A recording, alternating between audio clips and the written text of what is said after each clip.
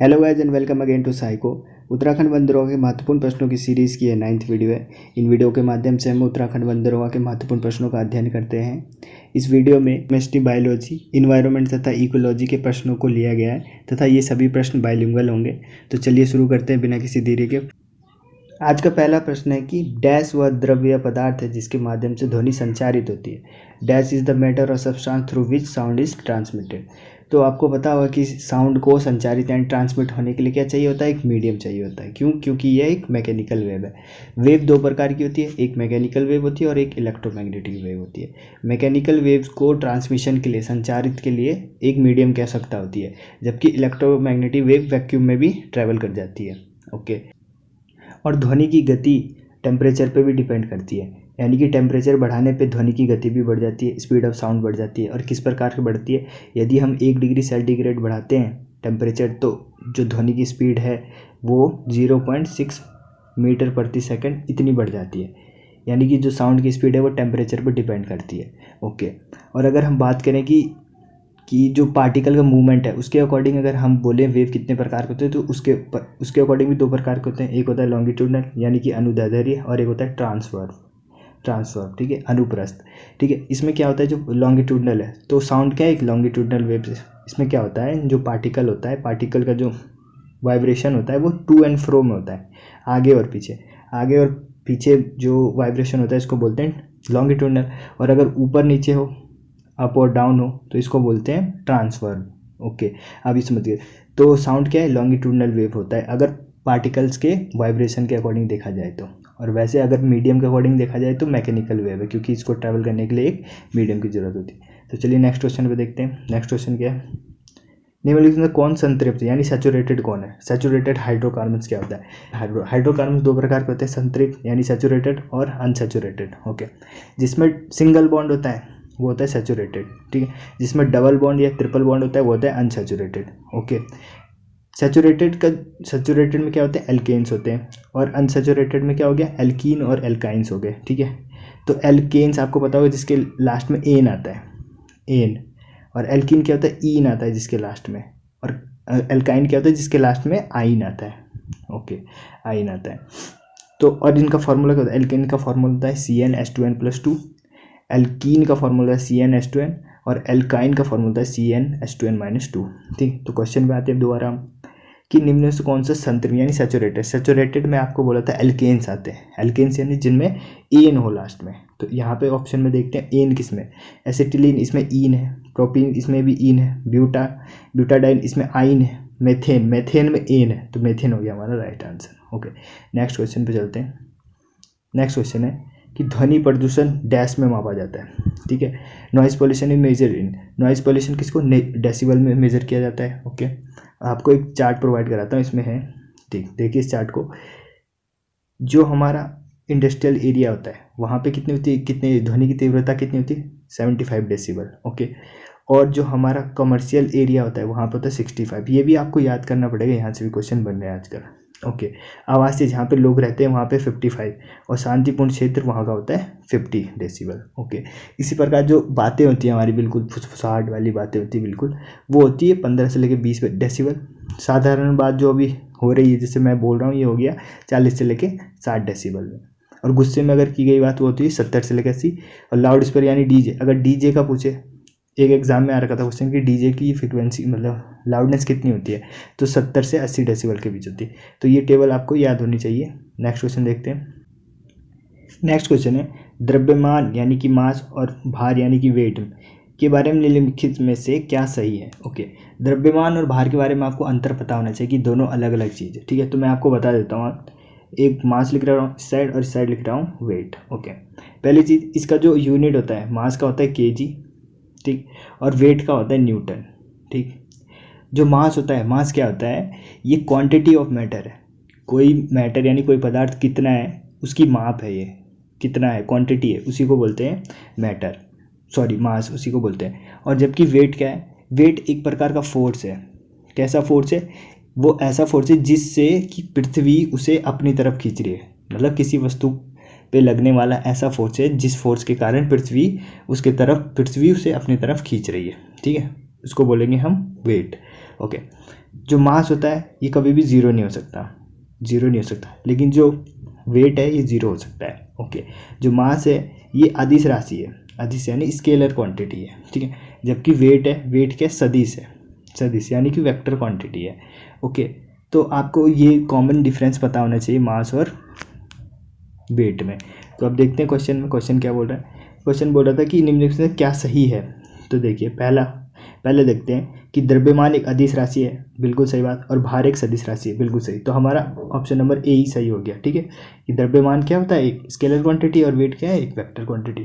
चलिए जल्दी next question पे। नेक्स्ट क्वेश्चन है, एक दूसरे से डी दूरी पर स्थित एम और एम द्रव्यमान वाली दो वस्तुओं के बीच लगने वाला आकर्षण बल डैश के अनुक्रमानुपाती होती है, ठीक है। तो अट्रैक्शन फोर्स लग रहा है, यानी यहाँ पे ग्रेविटेशनल फोर्स की बात हो रही है। फोर्स यानी एफ इक्वल टू क्या होता है, G capital M upon D square, ठीक है। जहाँ पे एम क्या होता है, प्लेनेट का मास होता है, और डी क्या होता है, प्लेनेट की रेडियस होती है, और एम क्या होता है, उस वस्तु का होता है, यानी दूसरी वाली वस्तु का भार होता है, और जी क्या हो गया, ग्रेविटेशनल कांस्टेंट हो गया, ठीक है। तो ये पूछ रहा है। अब देखिए जो एफ है यानी बल है जो, ओके, ये बल किसके डायरेक्टली प्रोपोर्शनल है, ये एम के है और स्मॉल एम के, यानी जो प्लैनेट का मास है और जो वस्तु का मास है उन दोनों के तो डायरेक्टली प्रोपोर्शनल है। परंतु जो ये डी है उनकी दूरी, बीच की दूरी या फिर रेडियस बोलें, उसके इनडायरेक्टली प्रोपोर्शनल है, ठीक है। तो यही है, पूछ रहा है कि डी दूरी और एम दोनों वस्तुओं के बीच लगने वाला आकर्षण बल डैश के अनुक्रमानुपाती, यानी कि डायरेक्टली प्रोपोर्शनल किसके है, आपको बताया था एम और एम के, यानी कैपिटल एम और स्मॉल एम के। तो ऑप्शन नंबर बी सही हो गया, एम और एम। नेक्स्ट क्वेश्चन देखते हैं। नेक्स्ट क्वेश्चन है कि 2 ओम के प्रतिरोध यदि समांतर क्रम में पैरेलल लगाया जाए इनको, तो परिणामी प्रतिरोध कितना होगा। ओके, रिजल्टेंट रेजिस्टेंस कितना होगा, आपको पता होगा कि पैरेलल में क्या होता है, 1/r equal to 1/r1 plus 1/r2 ये होता है, ठीक। आपको R1 और R2 दे रखा है, R1 कितना दे रखा है 2, R2 कितना दे रखा है 2, आधा और आधा कितना हो गया 1, यानी इसका आंसर क्या हो गया 1 हो गया। नेक्स्ट क्वेश्चन देखते हैं। सोनार का फुल फॉर्म पूछ रहा है। सोनार का फुल फॉर्म क्या होता है, सोनार का फुल फॉर्म होता है sound navigation and ranging. Okay, sound navigation and ranging, ये किसमें, ए में है। अब आपको सोनार के बारे में बता दो, सोनार क्या होता है। सोनार ऐसे शिप्स पे लगाई जाती है, इसमें क्या होता है, एक ट्रांसमीटर होता है और एक रिसीवर होता है, ठीक है। सोनार का पहली बार यूज क्यों होता है, डेप्थ ऑफ वाटर देखने के लिए कि कितना गहरा है, या फिर नीचे कोई वस्तु है उसका पता लगने के लिए कि ये कितनी नीचे है, उसकी डेप्थ कितनी है उसके लिए। तो इसमें क्या करते हैं, एक ट्रांसमीटर होता है, एक रिसीवर होता है, ये शिप पे लगा होता है। ट्रांसमीटर कोई सिग्नल भेजता है, ठीक है, यहाँ से गया, ये टकराया, वस्तु से टकरा के वापस रिसीवर के पास आया, और इसने ये दूरी कैलकुलेट कर ली कि इतनी दूरी थी, इसी को बोलते हैं सोनार। ओके, समझ गए। नेक्स्ट क्वेश्चन देखते हैं कि एक यौगिक का अणुसूत्र इतना है, यौगिक का नाम बताइए, ठीक है। उस मॉलिक्यूलर फॉर्मूला दे रखा है और उस कंपाउंड का नाम पूछ रहे हैं, ठीक है। तो चलिए इसके स्ट्रक्चर को बना लेते हैं। C2H6O, इसको 2 प्रकार से बनाया जा सकता है, यानी एक तो दोनों C को एक साथ रख देते हैं, ठीक है, इसको भी 3 H दे देते हैं, H और H, ठीक है, इसको एक H दे देते हैं, H एक H दे, अब बच गया कितना, एक बच गया O और एक बच गया H, तो उसको हम यहाँ पे लगा सकते हैं, ठीक है। तो एक प्रकार से तो ऐसे बना सकते हैं इसके स्ट्रक्चर को, ठीक है। अब इस स्ट्रक्चर को देखेंगे तो क्या दिख रहा है आपको, C2H5OH क्या होता है, एथिल एल्कोहल दिख रहा है ये, तो ये क्या हो गया, एथिल एल्कोहल बन गया। एक स्ट्रक्चर तो ये हो गया, और एक इसका दूसरा स्ट्रक्चर कैसे बनेगा, देखिए, अगर हम O को बीच में रख दें, देखिए C लिया एक, ठीक, O रख दिया बीच में, और A को C इधर रख दिया इसके, ठीक है, इसको मिल गए 3H, इसको भी मिल गया 3H, ठीक। तो एक इस प्रकार से इसका स्ट्रक्चर बन सकता है, ठीक है। और इस स्ट्रक्चर का नाम क्या होता है, ये बन गया आपका डाइमिथाइल ईथर, ठीक है, डाइमिथाइल ईथर, ये बन गया डाइमिथाइल ईथर। इसी को क्या बोलते हैं, मेथॉक्सीमेथेन भी बोलते हैं। ओके, आपको IUPAC तो आना चाहिए, ठीक है। तो इसका आंसर क्या हो गया कि डाइमिथाइल ईथर बन सकता है और एथेनॉल दोनों बन सकता है। एथेनॉल यानी एथिल एल्कोहल को एथेनॉल कहते हैं। ओके, नेक्स्ट क्वेश्चन देखते हैं। शुक्र का वायुमंडल किस अम्ल से बना होता है, शुक्र का वायुमंडल किस अम्ल से बना होता है। तो आप ऐसा भी क्वेश्चन पूछ सकता है कि शुक्र पर पीले बादल क्या है, तो शुक्र पर पीले बादल H2SO4 अम्ल के बने होते हैं, ठीक है। तो H2SO4 के ये बने होते हैं, ये सल्फ्यूरिक अम्ल होते हैं, ठीक है। या तो पीले बादल पूछेगा या फिर अम्ल पूछेगा कि उसका वायुमंडल किस अम्ल से बना हुआ है। ठीक, नेक्स्ट क्वेश्चन देखते हैं। नेक्स्ट क्वेश्चन है कि बच्चों में प्रोटीन की कमी से होने वाली बीमारी को क्या कहा जाता है। ठीक है, बचपन में बच्चों को जब खाना अच्छे से नहीं दिया जाता है, उनका माल न्यूट्रिशन होता है, यानी माल न्यूट्रिशन कुपोषण हो जाता है, खाना अच्छे से नहीं दिया जाएगा, तो उनमें कौन सी बीमारी होती है, क्वाशियोरकर हो जाता है, क्वाशियोरकर हो जाता है बीमारी। ये प्रोटीन की कमी से होने वाली बीमारी होती है। ओके, रिकेट्स किससे होता है, विटामिन डी की कमी से। पेलाग्रा किससे होता है, विटामिन B3, जिसको क्या बोलते हैं, नियासिन बोलते हैं। ठीक, और बेरी किससे होता है, विटामिन B1 की कमी से होता है। ओके, आगे देखते हैं कि कौन सा शब्द नीचे दिए गए संबंध को सर्वोच्च ढंग से पूर्ण करेगा। ठीक है, देखिए जैसे आयतन लीटर को कर रहा है तो लंबाई किसको करेगा, लंबाई किसको करेगा, मीटर को करेगा। ठीक है, आपको जो 7 यूनिट होते हैं शुरू के 7, जिन्हें मेन यूनिट बोले जाते हैं, वो तो याद ही होना चाहिए। जैसे लंबाई का क्या होता है, मीटर, द्रव्यमान का क्या होता है, केजी। ठीक है, ऐसे करंट का होता है एम्पियर। ठीक है, ज्योति तीव्रता का होता है कैंडिला, पदार्थ की मात्रा का होता है मोल। ठीक है, ये सब आपको याद होना चाहिए। नेक्स्ट क्वेश्चन देखते हैं। निम्नलिखित में से कौन सा प्राणी आमतौर पर घोंसले में अंडे नहीं देता। ठीक है, सारी चिड़ियाँ घोंसले में अंडे देते हैं सिवाय किसके, कोयल के। आंसर हो गया कोयल। नेक्स्ट क्वेश्चन देखते हैं कि भोजन की ऊर्जा को किस में मापा जाता है। भोजन, जो हम भोजन ग्रहण करते हैं तो उसको किस में मापा जाता है, कैलोरी में मापा जाता है कि इतने कैलोरी खा लिया, या फिर कोई एक्सरसाइज करता है तो बोलता है मेरे को इतने कैलोरी बर्न करना है। ठीक, ओके, और एक सामान्य व्यक्ति को कितना कैलोरी चाहिए होता है एक दिन में। देखिए, वुमेन को चाहिए होता है 2000, और जो मैन होता है, मैन को चाहिए होता है 2500 एक दिन में। ओके, पर जैसे जो काम वाम करते, लेबर वर्क करते, उनको इससे भी ज़्यादा 3000 भी चाहिए होता है। जिम में जो होते हैं वो, उनको भी ज़्यादा चाहिए होता है। ठीक, तो काम के अकॉर्डिंग हो सकता है। नेक्स्ट देखते हैं कि ड्यूटेरियम की द्रव्यमान संख्या कितनी होती है। ड्यूटेरियम, देखिए हाइड्रोजन के मैंने आपको 3 आइसोटोप्स बताए थे, प्रोटियम यानी 1H1, ड्यूटेरियम 1H2 और ट्राइटेरियम 1H3। ठीक है, तो यही पूछ रहा है ड्यूटेरियम का कितना है, 2 है। ओके, नेक्स्ट क्वेश्चन देखते हैं। Group of similar organism which are generally distinct and reproductive isolated is called an. ठीक है, तो इनको क्या बोलते हैं, स्पीसीज बोलते हैं। देखिए आपको समझाता हूँ कैसे। ये हायरार्की ऑफ क्लासिफिकेशन आपको याद होना चाहिए कि कौन सबसे ऊपर होता है, उसके बाद क्या होता है। सबसे ऊपर होता है किंगडम, फिर होता है phylum, class, order, family, genus और स्पीसीज। ठीक है, तो जो दिखने में समान होते हैं और इंटरब्रीड कर सकते हैं वो क्या होते हैं, स्पीसीज होते हैं। तो स्पीसीज हो गया इसका आंसर। ठीक है, नेक्स्ट क्वेश्चन देखते हैं। नेक्स्ट क्वेश्चन है कि निम्नलिखित में से किस तत्व को एका बोरोन के रूप में जाना जाता है। ठीक है, तो जब मेंडलीव ने अपनी आवर्त सारणी बनाई थी तो उन्होंने अपनी आवर्त सारणी में कुछ खाली स्थान छोड़ दिए थे और ये कहा था कि फ्यूचर में नए तत्व खोजे जाएंगे जिनकी जो प्रॉपर्टी होगी इनसे मिलेगी। उन्होंने कौन कौन से 3 जगह छोड़े थे, तो एक छोड़ा था उन्होंने एका बोरोन छोड़ा था। ठीक है, एका एल्युमिनियम छोड़ा था, एका एल्युमिनियम, और एका सिलिकॉन छोड़ा था, एका सिलिकॉन। ठीक है, अब एका का मतलब क्या होता है, एका संस्कृत का वर्ड है। ठीक है, जिसका मतलब क्या होता है, नेक्स्ट टू इट, इससे अगला मतलब। ठीक, संस्कृत का वर्ड है। तो एका बोरोन की जगह कौन सा आया था, एका बोरोन की जगह स्कैंडियम आया था। ठीक है, एका एल्युमिनियम की जगह क्या आया था, एका एल्युमिनियम की जगह गैलियम आया था। और एका सिलिकॉन की जगह क्या आया था, एका सिलिकॉन की जगह जर्मेनियम आया था। ठीक, तो एक बार फिर अच्छे से मैं आपको बता देता हूँ कि एका बोरोन की जगह तो आया था स्कैंडियम। ठीक है, एका एल्युमिनियम की जगह आया था, एका एल्युमिनियम की जगह आया था गैलियम। ठीक है, और एका सिलिकॉन की जगह आया था जर्मेनियम। ठीक है, एका बोरोन की जगह स्कैंडियम, एका एल्युमिनियम की जगह गैलियम और एका सिलिकॉन की जगह जर्मेनियम। ओके, आप समझ गए होंगे अब। तो इसका आंसर क्या था, स्कैंडियम। ठीक है, एका बोरोन की जगह स्कैंडियम। ओके, नेक्स्ट क्वेश्चन देखते हैं। नेक्स्ट क्वेश्चन है कि डैश पदार्थ की भौतिक राशि है जो संख्यात्मक रूप से उस पदार्थ से बने 1 मीटर लंबे और 1 वर्ग मीटर अनुप्रस्थ काट वाले एक छड़ के प्रतिरोध के बराबर है। ठीक है, ओके, देखिए प्रतिरोधकता का फॉर्मूला आपको पता होना चाहिए। तो पहले प्रतिरोध का फॉर्मूला देखते हैं। प्रतिरोध का होता है are rho equal to L/A, ये होता है। ठीक है, यहाँ पे रो क्या है, प्रतिरोधकता, रेजिस्टिविटी। ठीक है, और आर क्या है, रेजिस्टेंस। ठीक है, प्रतिरोध। एल लंबाई हो गया, ए हो गया अनुप्रस्थ काट का क्षेत्रफल। ओके, तो अगर हम यहाँ से रो की वैल्यू निकालें तो देखिए रो की वैल्यू क्या हो जाएगा, ये चल जाएगा आर के पास चल जाएगा ए, नीचे आ जाएगा एल। ठीक है, अब अगर यहाँ से मैं 1 बोल रहा है वो 1, इसको 1 कर दिया और इसको 1 कर दिया। ठीक है, अगर इसको भी 1 कर दिया और इसको भी 1 कर दिया तो रो बराबर क्या हो जाएगा, आर। रो बराबर हो जाएगा आर। और यही पूछ रहा है कि यदि 1 मीटर और 1 वर्ग मीटर अनुप्रस्थ काट वाले छड़ को प्रतिरोध बराबर है, यानी इसके बराबर है, तो उसको क्या बोलेंगे, प्रतिरोधकता बोलेंगे, रेसिस्टिविटी बोलेंगे, रो, इसको रो से रिप्रेजेंट करते हैं। ठीक है, समझ गए होंगे आप, आपको ये फॉर्मूला भी याद होना चाहिए। ठीक है, नेक्स्ट क्वेश्चन देखते हैं। नेक्स्ट क्वेश्चन है एस्टर में डैश गंध होती है। तो एस्टर में कैसी गंध होती है, फल जैसी, फ्रूटी स्मेल होती है।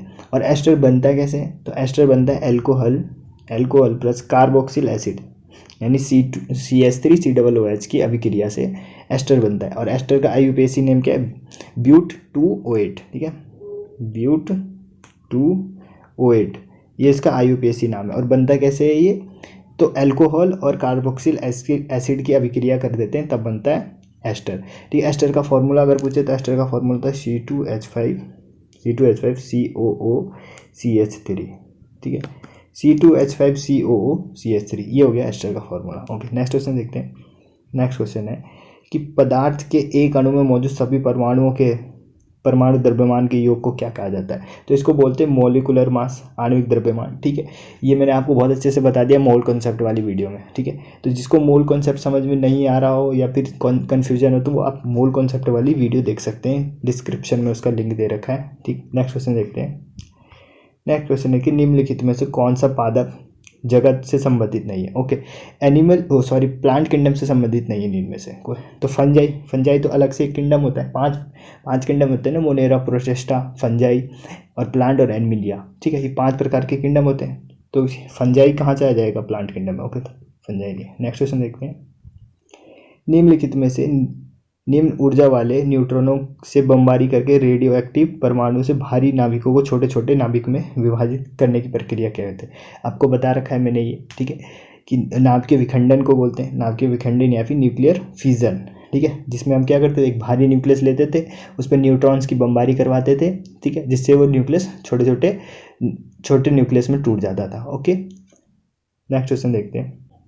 नेक्स्ट क्वेश्चन है कि यदि वस्तु को अनंत और किसी अवतल लेंस के ऑप्टिक सेंटर O के बीच रखा जाता है तो अपवर्तन के बाद प्रतिबिंब कैसा बनेगा। ठीक है, यानी ऑब्जेक्ट को हम रख रहे हैं किसी कॉनकेव लेंस, पहले तो लेंस कैसा है, कॉनकेव लेंस। ठीक है, उसको इन्फिनिटी और ऑप्टिक सेंटर O के बीच में रखा जा रहा है। ठीक है, आपको सारी कंडीशन पता होनी चाहिए। ठीक है, जैसे ये कॉनकेव लेंस में कितनी 2 ही कंडीशन होती है, लेंस की बात कर रहा है। ठीक है, अगर कॉनकेव मिरर की बात करता है तो 6 कंडीशन आ जाती है। ठीक है, यहीं पे कॉनकेव लेंस है तो 2 कंडीशन होती है। एक जब इन्फिनिटी पे रखते हैं, ठीक है, जब इन्फिनिटी पे रखते हैं तो कहाँ पे बनता है, F1 पे बनता है इमेज। ठीक है, कैसा होता है, बहुत छोटा होता है, पॉइंट साइज होता है। ठीक है, और वर्चुअल और इरेक्टेड होता है। ठीक है, और इसी के अगर दूसरी कंडीशन देखें, पहली कंडीशन तो ये होगी जब इन्फिनिटी पे, और इन्फिनिटी के अलावा और कहीं पे भी रख दें।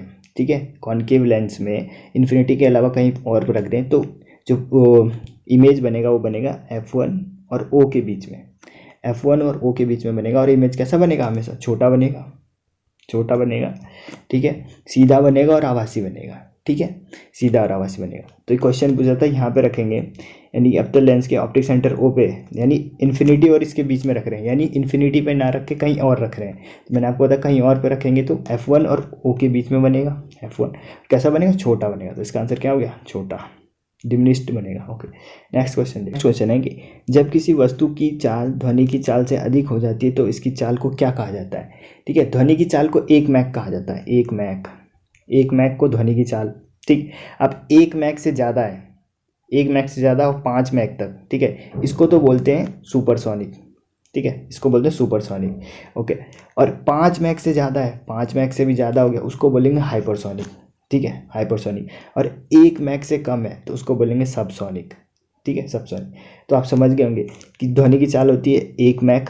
ठीक है, 1 मैक से कम हो गया सबसोनिक, 1 मैक से 5 मैक तक होगी तो वो उसको बोलेंगे सुपरसोनिक, और 5 मैक से भी ज़्यादा हो गई जैसे जेट इंजन वगैरह होते हैं तो उसको बोलते हैं हाइपरसोनिक। ठीक है, और इसमें एक और होता है कि जो ध्वनि होती है 2 प्रकार की होती है, ऑडिबल और इनऑडिबल। ऑडिबल क्या होता है, जो हमें सुनाई देती है, यानी 20 हर्ट्ज से लेके 20,000 हर्ट्ज तक। ठीक है, इसको बोलते हैं ऑडिबल। और इसके बाहर इससे ज़्यादा हो जाए, इससे कम हो जाए तो उसको बोलेंगे इनऑडिबल। तो वहीं पे अगर 20 हर्ट्ज से कम है तो उसको बोलेंगे इंफ्रासोनिक, 20 हर्ट्ज से कम को बोलेंगे इंफ्रासोनिक, और 20,000 हर्ट्ज से ज़्यादा को बोलेंगे अल्ट्रासोनिक। इंफ्रासोनिक को भी नहीं सुन सकते हम, अल्ट्रासोनिक को भी नहीं सुन सकते हम। क्यों? क्योंकि ये खुद इनऑडिबल की कैटेगरी में आ रहे हैं। 20,000 से नीचे आ रहे हैं और 20,000 हर्ट्ज से ऊपर जा रहे हैं, इसलिए समझ गए होंगे। नेक्स्ट क्वेश्चन देखते हैं। मेलाकाइट, ठीक है, malachite is a ore of, ठीक है। मेलाकाइट किसका ओर होता है? ये होता है आपका तांबा यानी कॉपर का ओर होता है, ठीक है, मेला। अगर इसके फॉर्मूले की बात करें कि मेलाकाइट का फॉर्मूला क्या होता है, तो ये होता है Cu2CO3, CO2CO3 OH का whole two H, Cu2CO3 OH का होल टू एच, ये हो गया इसका फॉर्मूला। और इसका कलर, मेलाकाइट का कलर कैसा होता है? लाइट ग्रीन होता है, ठीक है, लाइट ग्रीन कलर का होता है मेलाकाइट। और ये किसका और हो गया? कॉपर का और हो गया। नेक्स्ट क्वेश्चन देखते हैं।